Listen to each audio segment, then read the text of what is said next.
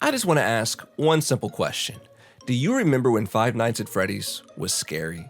Like actually scary. Now some of you may say that Five Nights at Freddy's was never a scary series. They never scared me. It's all just jump scares and jump scares are cheap. And if that's you, well great.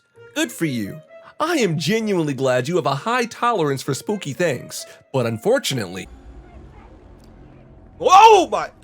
Oh, I don't. With Security Breach being the talk of the town and theory hunters picking apart what little lore they can find in this game to craft their fancy YouTube videos, I found myself just thinking about something. As I looked back at older entries in the franchise, comparing them to my experience with Security Breach, I could not help but ask myself this question. When did the game stop being scary? Seriously, when did these animatronic characters go from being big, bulky, quiet, and imposing to being colorful and bright and not knowing when to shut up? Now I know I scare easily, so I'm not always the best judge of what is truly frightening. The bar's not that high for me, but I've played a lot of scary games. From Alien Isolation, the Resident Evil franchise, there are many games, including the first Five Nights at Freddy's, that fill me with this sense of dread, this sense of impending doom. You know, like when people played Resident Evil 2, the remake, for the first time, and they encountered Mr. X, and you hear those loud footsteps in the hallways, and you know he's lurking, but you don't know if you're gonna turn that corner and get a fist to the face? Hello? That kind of dread. I don't think I really ever felt that playing this game, save for one moment in particular, and that's the endoskeleton's parts and services portion of the game. That was where it felt like I was playing a Five Nights at Freddy's game. The gimmick worked really well with the narrow hallways. The enemies don't speak, they just stare at you, and they're really creepy. That felt like a next-gen Five Nights at Freddy's experience.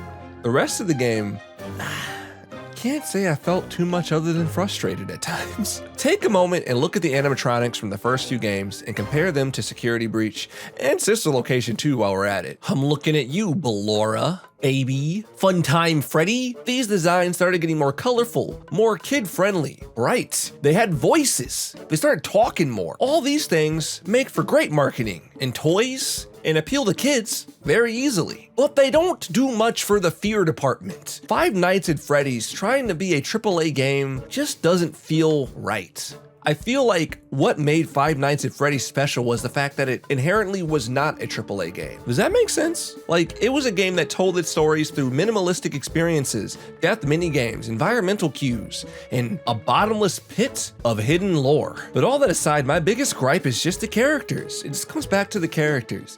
They aren't scary. Even when they get bashed up and wander around looking for you, lumbering and crawling, they're still not scary. Because they don't shut up. They talk too much. They can't go 3 seconds without taunting you. Everywhere you go, they don't stop talking. Could you imagine the first 3 games? How annoying they'd be if throughout the entire experience, while you're sitting in your security office, these animatronics are just constantly taunting you while they're crawling through the vents, while they're standing outside the doors. They just keep talking over and over again, saying the same 4 tired lines. Imagine a mod where they replaced all the animatronics with Balloon Boy and gave him just a few more lines instead of just laughing annoyingly as he takes your batteries. Yeah, that doesn't sound fun.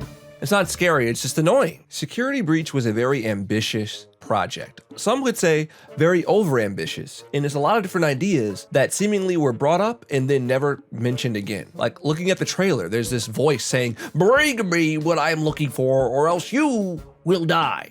Now, unless I'm just stupid, which is very possible, and I missed that part of the game that never happens in the game. All in all, I feel like Security Breach is a fine example of what happens when another group tries to approach and helm someone else's idea. The soul just isn't there. It has all the pieces, but they don't quite know how to put them together. It has elements that would be appealing from a corporate standpoint, and I hate to say corporate standpoint, but that's the best way I can describe it. But all the parts of the game that really made Five Nights at Freddy's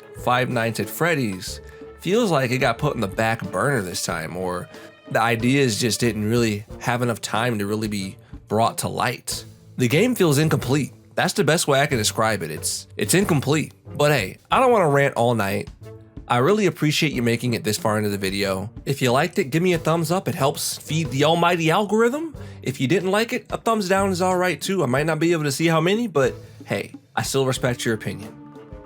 I'm Mobby Nerd, and hopefully I'll see you in the next video. Have a wonderful rest of your day and or night. Goodbye.